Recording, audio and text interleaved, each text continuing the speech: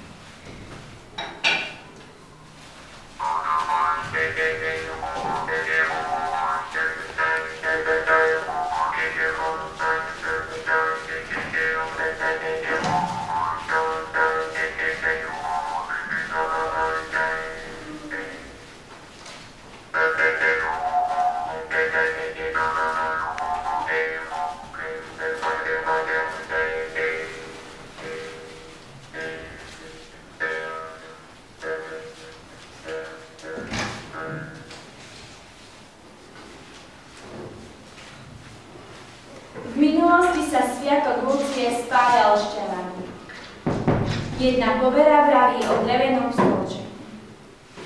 Ten mal rezbár vyrezávať postupne do Vianoc a pri jeho výrobe nesmel byť použitý ani jeden jediný klinec. Tedy mal čarovnú moc.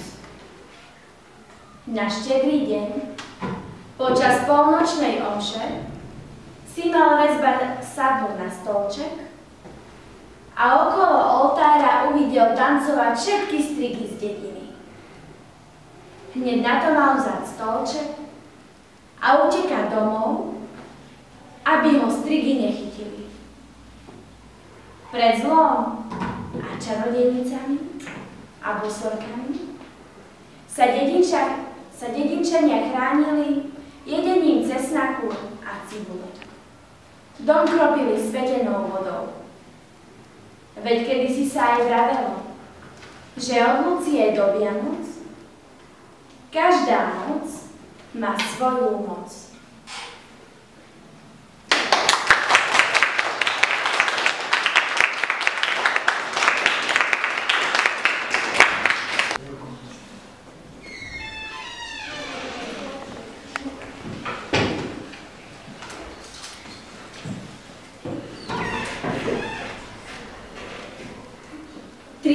December pre krátkosť dňa a dĺžku noci bol považovaný za najstrašidelnejší deň v roku, a to najmä kvôli duchom.